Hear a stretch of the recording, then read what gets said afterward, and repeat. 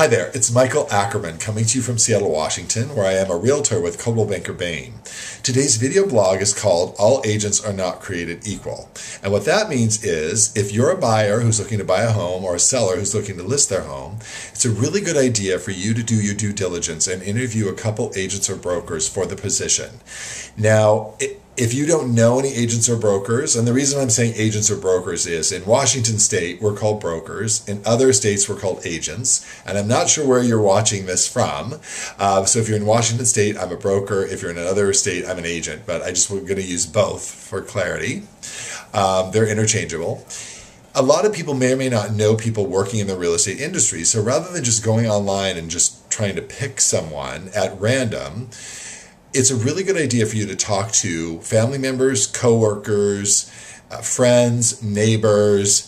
Anybody who's had a recent experience with an agent or broker is probably going to be a really good name and number for you to get a hold of. So talk to those people. Pick 1, 2, 3, 5, how many ever you feel that you need to interview until you actually feel that someone's a good fit. Now, after you get the name and number, it's a really good idea to go online and do research about this agent or broker. You can go to our own individual websites.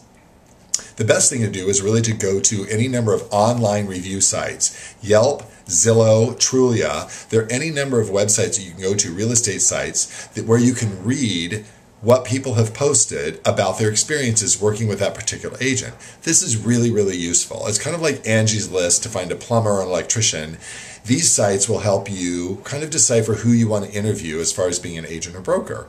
I always think it's a really good idea to amass a list of questions, if you're the public, to ask the agent or broker. So you're asking all the agents the same questions and you can really listen to their answers. It's a really good idea, too, to meet in person. I've done phone interviews before, but before somebody actually ends up making their final decision, I always insist on meeting in person. I usually meet my potential buyers or sellers here in my office in Seattle, and we sit down for about an hour and have a really nice conversation. I want them to not only learn about how I work, but also who I am, because I think it's really important.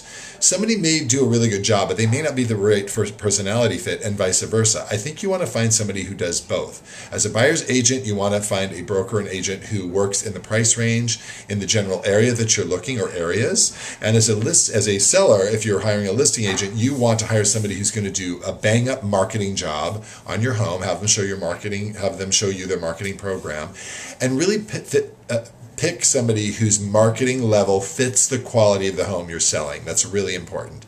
I myself do some things that are very special that some other agents or brokers don't do. I find that the public really thinks that all agents are the same. Oh, I can just call an agent and they'll all do the same job. So not true. We are very, very unique and different in what we bring, what talents we bring to the industry. And I think it's important for you as the public to at least have done your due diligence and interview a couple people so that you know you've picked the right person who's the best fit for you. Sometimes it's just a gut instinct. Sometimes you'll talk to 2 or 3 agents or brokers and you like them all. And, the presentations are fairly similar. There might be something that one agent or broker does that makes them stand out a little bit. But at the end of it all, sometimes it's just a gut instinct. Who do you like? Who do you feel like spending some quality time with? Because you're going to be spending some quality time with your agent, whether you're buying or selling, for the immediate future. You're going to be spending quite a bit of time with them. So it's really good to like who you're interviewing.